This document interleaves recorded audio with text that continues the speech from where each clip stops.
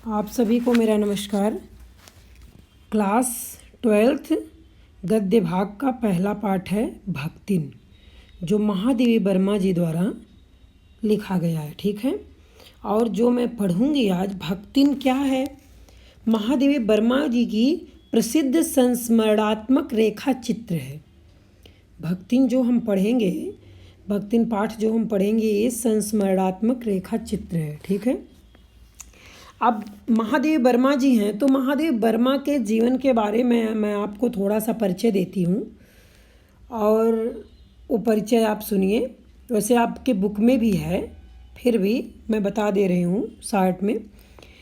जन्म उनका हुआ था महादेवी वर्मा का 1907 ईस्वी में फर्रुखाबाद उत्तर प्रदेश में। ठीक है, उनकी रचनाएं थी दीपशिखा, यामा, काव्य संग्रह, श्रृंखला की कड़ियाँ, आपदा, संकल्पिता, भारतीय संस्कृति के स्वर, निबंध संग्रह, अतीत के चलचित्र, स्मृति की रेखाएं, पथ के साथी, मेरा परिवार, संस्मरण रेखा चित्र। ठीक है, और प्रमुख पुरस्कार था उनका ज्ञानपीठ पुरस्कार यामा संग्रह के लिए 1983 ईस्वी में इनको मिला था। ठीक है, और उत्तर प्रदेश हिंदी संस्थान का भारत भारती पुरस्कार पद्म भूषण 1956 ईस्वी में इन्हें मिला था, महादेवी वर्मा जी को। और निधन सन 1987 ईस्वी में इलाहाबाद में इनका हो गया था। ठीक है, तो उन्हीं का लिखा हुआ है आज संस्मरणात्मक रेखा चित्र, और हम पढ़ेंगे। तो महादेवी वर्मा जो थी वो साहित्य सेवी और समाज सेवी के रूप में प्रतिष्ठित रही हैं। साहित्य की, ठीक है, साहित्य सेवी और समाज सेवी। उन्होंने नारी समाज में शिक्षा और समाज कल्याण के क्षेत्र में निरंतर कार्य किया है। साहित्य जगत में उनकी प्रतिष्ठा एक बहुमुखी प्रतिभा के रचनाकार के रूप में रही है।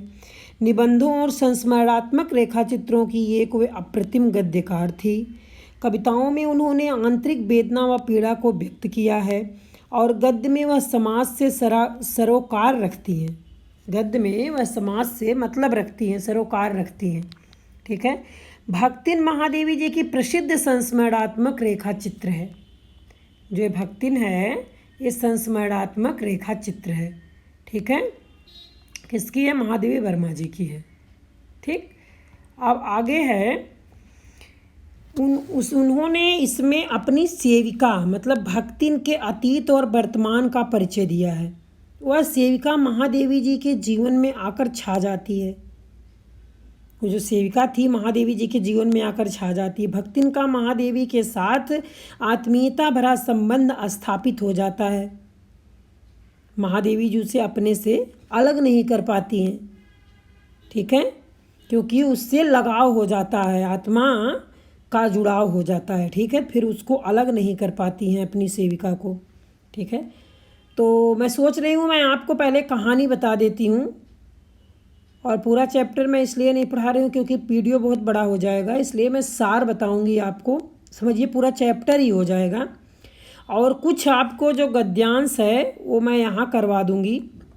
गद्यांश आप पढ़िएगा, इधर मैं आंसर दे दूँगी आपको। ठीक है, तो गद्यांश पढ़ने से अच्छा है मैं आपको सार बता देती हूँ। ठीक, तो पहले आप भक्तिन जो है संस्मरणात्मक रेखा चित्र की कहानी मैं आपको पूरा सुना देती हूँ। भक्तिन महादेवी जी की प्रसिद्ध संस्मरणात्मक रेखा चित्र है। इसमें उन्होंने अपनी सेविका भक्तिन के अतीत और वर्तमान के संबंध में वर्णन करने के साथ ही उसके व्यक्तित्व के सभी पक्षों का स्वाभाविक रूप से वर्णन किया है, स्वाभाविक रूप से बताया है। ठीक है, जो सच्चाई है। भक्तिन का वास्तविक नाम क्या था? लक्ष्मी था। पिता ने रखा था, माँ की नाम जो रखा था वो पिता ने रखा था, और माँ की मृत्यु के बाद जब सौतेली माँ ने बचपन में ही लक्ष्मी भक्तिन का विवाह कर उसे ससुराल भेज दिया। जब सौतेली माँ आई तो एक एक करके लगातार 3 बेटियों को जन्म देने के कारण सास और जेठानियों ने उसकी उपेक्षा करना शुरू कर दिया, तिरस्कार करने लगी। कौन किया तिरस्कार? सास और जेठानियों ने। ठीक है, और भक्तिन और उसकी छोटी छोटी बेटियों को सारा काम करना पड़ता था, वही जेठानियाँ बैठी रहती थी। जेठानियाँ तो पता होगा, बहुत से जो गांव से लगाव रखते होंगे या शहरों में भी जेठानियाँ बोलते हैं। जो बच्चों जैसे जो आपके पापा हैं, उनसे जो बड़े पापा आपके हैं वो आपके मम्मी के जेठ लगेंगे, और उनकी जो पत्नी है, आपकी बड़ी मम्मी जो है, वो आपकी मम्मी की जेठानियाँ लगेंगी। ठीक है, आपकी दादी माँ उनकी सास लगेंगी। तो यहाँ उनकी सास और जेठानियों ने उनका तिरस्कार करती थी। ठीक है, भक्तिन और उसकी छोटी छोटी बेटियों को सारा काम करना पड़ता था। जेठानियाँ बैठी रहती थी। खाने में भी जेठानियों के काले कलूटे लड़कों को दूध मलाई राब आदि मिलती थी, जबकि उसकी लड़कियों को चने बाजरे की घुघरी से काम चलाना पड़ता था। महादेव वर्मा जी कह रहे हैं जो उनकी जेठानियों के लड़के थे, काले कलूटे थे, उनको तो दूध मलाई राब मिलता था और हमारी लड़कियों को चने बाजरे की घुघरी से काम चलाना पड़ता था। चने बाजरे को उसको भिगो करके फिर उसको जो है आग पे उबाल करके उसको घुघरी बनाते थे। ठीक है, तो उसको बोल रही हैं घुघरी से काम चलाना पड़ता था। भक्तिन के पिता के मृत्यु का समाचार भी माता ने बहुत देर से भेजा था। ठीक है, मायके पहुंचने पर माता के दुर्व्यवहार से दुखी भक्तिन उल्टे पैर ससुराल लौट आई। दुखी होकर के वो उल्टे पैर फिर ससुराल लौट आई। ठीक है, अब उसने ससुराल आकर सास को खरी खोटी सुनाई तथा पति के ऊपर गहने फेंक कर अपनी व्यथा व्यक्त की। इस सब में भक्तिन के पति को अपनी पत्नी की कर्मठता पर विश्वास था। उनको अपनी पत्नी की कर्मठता पर विश्वास था। उन्हें क्या विश्वास था, ये देखिए। उसने ससुराल वालों से अलगौझा कर अपना अलग घर बसा लिया। अलगौझा मतलब परिवार से अलग हो गई, अपनी सास से, अपनी जेठ से, जेठानी से अलग रहने लगी, उसको अलगौझा बोल रहे हैं। ठीक है, अलगौझा मतलब अलग होना। तो फिर कठिन परिश्रम करने से घर में समृद्धि आ गई, लेकिन एक लड़की का विवाह करने के बाद ही पति का देहांत हो गया। महादेव वर्मा ने एक ही लड़की की शादी की, उसके बाद उनके पति का देहांत हो गया। संपत्ति के लालच में ससुराल वालों ने भक्तिन का पुनः विवाह कराना चाहा तो भक्तिन ने सिर मुड़वाकर स्पष्ट मना कर दिया। उन्होंने सिर मुड़वा लिया और बोला मुझे दूसरी शादी नहीं करनी है, क्लियर। उसने दोनों बेटियों का विवाह कर बड़े दामाद को घर जमाई बनाकर अपने पास रखा, लेकिन दुर्भाग्यवश कुछ ही समय में बेटी भी विधवा हो गई। तब जेठ के लड़के ने संपत्ति के लालच में अपने तीतरबाज साले से भक्तिन की बेटी के विवाह की योजना बनाई। मतलब जो जेठ का लड़का था उसने क्या किया, अपने पत्नी के भाई से शादी करवा दिया। वो भी कैसा था, तीतरबाज था, तीतर लड़ाता था, मारता था। ठीक है, बेटी की विवाह करने की योजना बनाई, क्योंकि अगर इससे शादी हो जाएगी तो सारा हम धीरे धीरे इनकी जो जगह ज़मीन है, घर है, सब हड़प लेंगे। ठीक है, ले लेंगे। लड़की के मना करने पर एक दिन तीतरबाज उसकी कोठरी में घुस गया और अंदर से दरवाज़ा बंद कर लिया। लड़की के पीटने पर भी उस तीतरबाज ने झूठ बोल दिया कि लड़की के बुलाने पर ही वह आया था। झूठ बोल दिया उस लड़की को फंसाने के लिए। पंचायत ने लड़की की बात ना मानकर दोनों को पति पत्नी के रूप में रहने का आदेश दे दिया। वो तो सब उसकी जालसाजी थी, चालबाजी थी। पारिवारिक कला इस कदर बढ़ी कि लगान चुकाना भी मुश्किल हो गया, जिसके कारण जमींदार ने भक्तिन को दिन भर धूप में खड़ा रखा। ठीक है, फिर भक्तिन को धूप में खड़ा रखा। अब जीवन के अंतिम परिच्छेद में भक्तिन लेखिका की सेविका के रूप में रहने लगी। अब भक्तिन जो है लेखिका की सेविका के रूप में रहने लगी। जो लेखिका थी, जैसे उनकी सेविका रहती थी वैसे वो रहने लगी। नौकरी मिलने पर भक्तिन ने नहा धोकर खाना बनाया। लेखिका को दाल के साथ मोटी काली चित्तीदार रोटियां परोसी तथा साथ में अमचूरण, लाल मिर्च की चटनी या गांव से लाए गुड़ खाने का प्रस्ताव रखा। लेखिका भक्तिन की सरलता से प्रभावित होकर अपनी असुविधाएं छिपाने के लिए भक्तिन स्वयं में इंच मात्र बदलाव लाने के स्थान पर दूसरों को अपने अनुसार बदल लेती थी। वो अपने अंदर तो बदलाव नहीं लाती थी, लेकिन दूसरे को अपने अनुसार बदल लेती थी। उसके साथ रहकर लेखिका भी स्वयं को अधिक देहातिन महसूस करने लगी। ठीक है, भक्तिन में दुर्गुणों का अभाव नहीं था, दुर्गुण नहीं था, उनमें कमियां नहीं थी, बुराई नहीं थी। इधर उधर पड़े पैसों को किसी मटकी में छिपा कर रख देती थी और लेखिका को खुश करने के लिए बात भी घुमा फिरा कर कहती थी। इसके साथ ही वह अपनी बात को सही सिद्ध करने के लिए कई तर्क दिया करती थी। भक्तिन सेवा भाव में हनुमान के समान थी। भक्तिन कैसी थी? सेवा भाव में हनुमान के वो समान थी, हनुमान जैसे बलवान थी। वह लेखिका की हर ज़रूरत का ध्यान रखती और सदैव साथ रहती। युद्ध के समय जब बेटी दामाद उसे साथ ले जाने आए तब भी वह लेखिका को छोड़कर जाने को तैयार नहीं हुई। भक्तिन सेवक के स्वामी से अलग होने की बात को सबसे बड़ा अन्याय मानती थी। लेखिका के द्वारा चले जाने की बात को भी वह हंसकर टाल देती थी।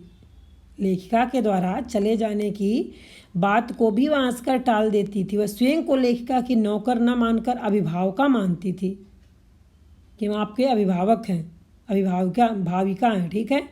भक्तिन का अंतिम परिच्छेद जारी है और लेखिका भी इसे पूरा नहीं करना चाहती।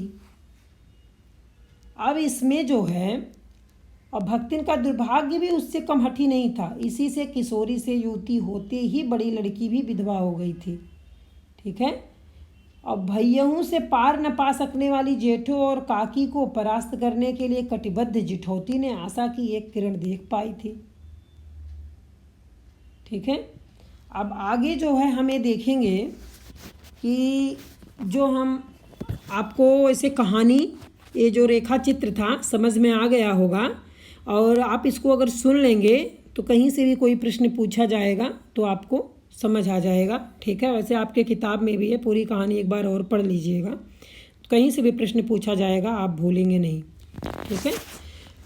तो देखिए, मैं एक ही गद्यांश पढ़ूंगी, उसके बाद मैं केवल विकल्पीय प्रश्न करवाऊंगी। ठीक है। अब सेवक धर्म में हनुमान जी से स्पर्धा करने वाली भक्तिन किसी अंजना की पुत्री न होकर एक अनाम धन्या गोपालिका की कन्या है।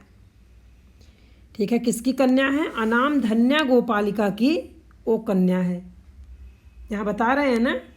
अब उसके बाद नाम है लक्ष्मी, अर्थात लक्ष्मी, पर जैसे मेरे नाम की विशालता मेरे लिए दुर्लभ है, वैसे ही लक्ष्मी की समृद्धि भक्तिन के कपाल की कुंचित रेखाओं में नहीं बच सकी। वैसे तो जीवन में प्रायः सभी को अपने अपने नाम का विरोधाभास लेकर जीना पड़ता है, पर भक्तिन बहुत समझदार है, क्योंकि वह अपना समृद्धि सूचक नाम किसी को बताती नहीं।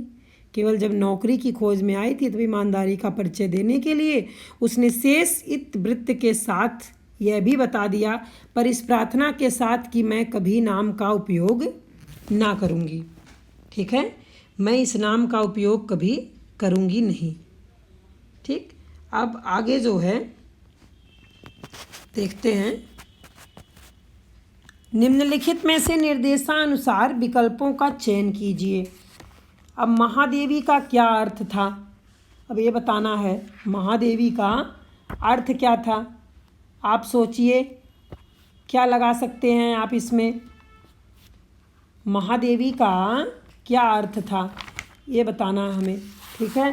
तो महान देवी, महिमावान देवी, कि महान औरत, कि महान लेखिका।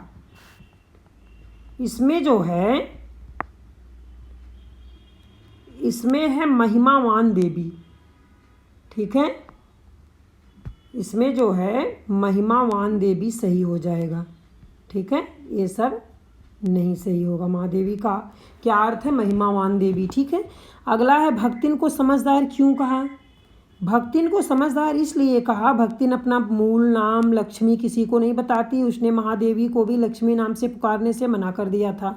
ठीक है। तो ये दोनों सही है, इसलिए का और खा दोनों सही हो जाएगा। लक्ष्मी के भाग्य में कितना धन है? लक्ष्मी के भाग्य में कितना धन है? तो धन लक्ष्मी के भाग्य में कम, अधिक, अपार। तो ये सब जो है गलत है। ठीक है। धन बिल्कुल ही नहीं था, ना कम कह सकते थे, ना अधिक, ना ज़्यादा। ठीक है। अगला है इतिवृत्त का क्या अर्थ है? इतिवृत्त का क्या अर्थ है? तो इतिवृत्त का अर्थ है हाल चाल और इतिहास। हाल चाल और इतिहास है। ठीक है। अगला है वह दहेजिन कौन थी? वह दहेजिन कौन थी? नहीं, वह देहाजिन कौन थी? वह जो देहाजिन थी वो थी भक्तिन। ठीक है। वह देहाजिन कौन थी? वो भक्तिन थी। अब अगला है, पिता का उस पर अगाध प्रेम होने के कारण स्वभावतः ईर्ष्यालु और संपत्ति की रक्षा में सतर्क विमाता ने उनके मरणांतक, ये जो है दूसरा गद्यांश है, आप इसको एक बार पढ़िएगा। अब इस गद्यांश का जो विकल्प ये प्रश्न होगा, आप देखिए, पहला ये है, भक्तिन की विमाता भक्तिन के प्रति क्या रखती थी। भक्तिन की विमाता भक्तिन के प्रति क्या रखती थी? ईर्ष्या रखती थी। ठीक है, को पता होगा। भक्तिन की सास ने उसे पिता की मृत्यु का समाचार क्यों न दिया? भक्तिन के सास ने, वह भक्तिन से घृणा करती थी इसीलिए नहीं दी। ठीक है, अगला, भक्तिन के सास ने उसे क्या कहकर मायके भेजा? भक्तिन की सास ने उसे क्या कहकर मायके भेजा था? तो वह बहुत दिनों से अपने पिता के घर नहीं गई थी, अतः वह पिता को देख आए। उसकी सास ने, भक्तिन की सास ने भक्तिन के साथ धोखा किया था। ठीक है, तो कह रही थी बहुत दिन से घर नहीं गई हो, जाओ अपने पिताजी को देखा हो। अगला प्रश्न है, कौन सा आग्रह अप्रत्याशित था? कौन सा आग्रह अप्रत्याशित था? ठीक है, तो इसमें भी भक्तिन को मायके भेजना आशा के विपरीत था। भक्तिन को सास उसे मायके भेजना नहीं चाहती थी, भक्तिन को उम्मीद थी उपरोक्त से भी नहीं। इसमें यही होगा, भक्तिन को मायके भेजना आशा के विपरीत था, क्योंकि वो कभी नहीं भेजना चाहती थी, लेकिन उसको तो धोखा करना था। भक्तिन मायके से बिना पानी पिए वापस क्यों लौट गई? भक्तिन मायके से बिना पानी पिए वापस क्यों लौट गई? ठीक है, तो उसकी भी माता ने उसके साथ दुर्व्यवहार किया। हाँ, ये भी सही। पिता की लंबी बीमारी के बाद मृत्यु हो चुकी थी। हाँ, ये भी सही है। ठीक है, पिता की लंबी बीमारी के बाद मृत्यु हो चुकी थी। ठीक है, और इसीलिए का और खा दोनों सही हो जाएगा। हाँ, तीसरा गद्यांश है। तीसरे गद्यांश का प्रश्न है, जीवन के दूसरे परिच्छेद में सुख की अपेक्षा क्या अधिक है? दूसरे परिच्छेद में सुख की अपेक्षा क्या अधिक है? ठीक है, तो इसमें है, आपको बताना है, जीवन के दूसरे परिच्छेद में सुख की अपेक्षा क्या अधिक है? तो इसमें संपत्ति, वैभव, खुशी नहीं, ये दुख है। दुख सबसे ज़्यादा है। ठीक है, अगला है, भक्तिन की सास और जिठानियों ने क्या बिचकाकर उसकी उपेक्षा प्रकट की? क्या बिचकाकर उसकी उपेक्षा प्रकट की? तो गाल की होठ। ठीक है, गाल बिचका करके कि होठ बिचका करके? तो यहाँ आंसर होगा होठ बिचका करके। ठीक है, अगला है, भक्तिन ने ऐसा क्या किया जिससे सास और जेठानियों ने उसकी उपेक्षा की? सास और जेठानियों ने उसकी उपेक्षा की, ऐसा क्या किया? ठीक है, तो भक्तिन ने एक पर एक 3 पुत्रों को जन्म दे डाला? नहीं। भक्तिन ने एक पर एक 3 कन्याओं को जन्म दिया? हाँ, इसी नाते। ठीक है, इसका आंसर होगा, भक्तिन ने एक पर एक 3 कन्याओं को जन्म दिया, इसी नाते अपमान करती थी वो। ठीक है, अगला है, छोटी बहू कौन थी? छोटी बहू कौन थी? तो छोटी बहू थी भक्तिन। ठीक है, छोटी बहू थी भक्तिन। अगला है, इस गद्यांश में नारी मनोविज्ञान का कौन सा रहस्य प्रकट होता है? कौन सा रहस्य प्रकट होता है? तो रहस्य प्रकट होता, नारी ही नारी की दुश्मन है। नारी ही नारी की दुश्मन है इस कहानी में। ठीक है, अब अगला है चौथा गद्यांश। चौथे गद्यांश में देखते हैं, खोटे सिक्कों की टकसाल कहकर किस पर व्यंग्य किया गया है? तो ये व्यंग्य किया गया था भक्तिन पर, लेखिका पर, सास पर नहीं। खोटे सिक्कों की टकसाल कहकर किस पर व्यंग्य किया गया है? समाज पर किया गया है। ठीक है, भक्तिन की ससुराल के कौन से लोग उसकी उपेक्षा करते थे? तो ससुराल के सभी नारी सदस्य। ठीक है, ये सही आंसर है। भक्तिन की ससुराल के कौन से लोग उसकी उपेक्षा करते थे? ससुराल के सभी नारी सदस्य करते थे। ठीक है, सास ससुर, उसका पति, देवर देवरानियाँ नहीं, सभी नारी सदस्य जो नारी थी। अगला है भक्तिन की जेठानियाँ और सास किसके सामने उसकी चुगली किया करती थी? किसके सामने चुगली किया करती थी? तो उसके पति के सामने किया करती थी। ठीक है। अगला है भक्तिन के जेठ अपनी पत्नियों को बात बात पर क्या किया करते थे? बात बात पर धमाधम पीटा कूटा करते थे। भक्तिन के जेठ अपनी पत्नियों को बात बात पर धमाधम पीटा कूटा करते थे, मतलब मारते थे। ठीक है। अगला है भक्तिन के पति का स्वभाव कैसा था? भक्तिन के पति का स्वभाव मधुर था, वो अच्छे थे। ठीक है। अगला है 5वें गद्यांश का है, भक्तिन का क्या उससे कम हठी नहीं था? भक्तिन का क्या उससे कम हठी नहीं थी? दुर्भाग्य, सौभाग्य, पति, ससुर। ठीक है। भक्तिन का क्या उससे कम हठी नहीं थी? दुर्भाग्य, सौभाग्य लिखा है। ठीक है, ये गलत है, पति, ससुर। ठीक है, तो दुर्भाग्य था। ठीक है, दुर्भाग्य हो जाएगा आंसर, दुर्भाग्य। ठीक है। अगला है भक्तिन के जेठ क्या चाहते थे? भक्तिन के जेठ क्या चाहते थे? भक्तिन ससुराल में ही रहे, भक्तिन मालकिन बनकर रहे, भक्तिन के घर संपत्ति पर उसका अधिकार हो जाए। तो भक्तिन के जेठ यही चाहते थे कि भक्तिन के घर संपत्ति पर उसका अधिकार हो जाए। ठीक है, जेठ उसके अच्छे थे। ठीक है। अगला है भक्तिन की कौन सी लड़की विधवा हो गई थी? भक्तिन की कौन सी लड़की विधवा हो गई थी? ठीक है, तो वो जो थी छोटी, मझली, कोई नहीं, बड़ी। तो छोटी नहीं थी, मझली भी नहीं थी, कोई नहीं थी। ये थी भक्तिन की कौन सी लड़की विधवा हो गई थी? बड़ी लड़की विधवा हो गई थी। ठीक है। अगला है भक्तिन की लड़की कैसी थी? भक्तिन की लड़की कैसी थी? समझदार थी। ठीक। अगला है बड़ा जिठौत अपने साले को अपने घर किस लिए बुला लाया? बड़ा जिठौत अपने साले को अपने घर किस लिए बुला लाया? तीतरबाजी सिखाने के लिए, भक्तिन की विधवा लड़की का पुनर्विवाह कराने की इच्छा से। भक्तिन की विधवा लड़की का पुनर्विवाह कराने की इच्छा से घर बुला लाया। ठीक है। अब लास्ट है, लास्ट गद्यांश है, भक्तिन रसोई में घुसने से पहले कौन से कर्म किया करती थी? तो नहाया करती थी। रसोई में खाना बनाने से पहले स्नान करके, नहा करके तभी आती थी। ठीक है, खाना बनाने। अगला है भक्तिन चूल्हे चौके के बारे में क्या चीज़ का भरपूर ध्यान रखती थी? वो पवित्रता का ध्यान रखती थी, साफ सफाई का ध्यान रखती थी। ठीक है। भक्तिन रसोई में किसकी रेखा खींचती थी? भक्तिन रसोई में कोयले की रेखा खींचती थी। चूल्हे पे खाना बनता था ना, तो उसमें कोयला होता था। ठीक है। अगला है सूर्य और पीपल को जल कौन चढ़ाती थी? सूर्य और पीपल को जल कौन चढ़ाती थी? भक्तिन चढ़ाती थी, भक्तिन पूजा करती थी। ठीक है।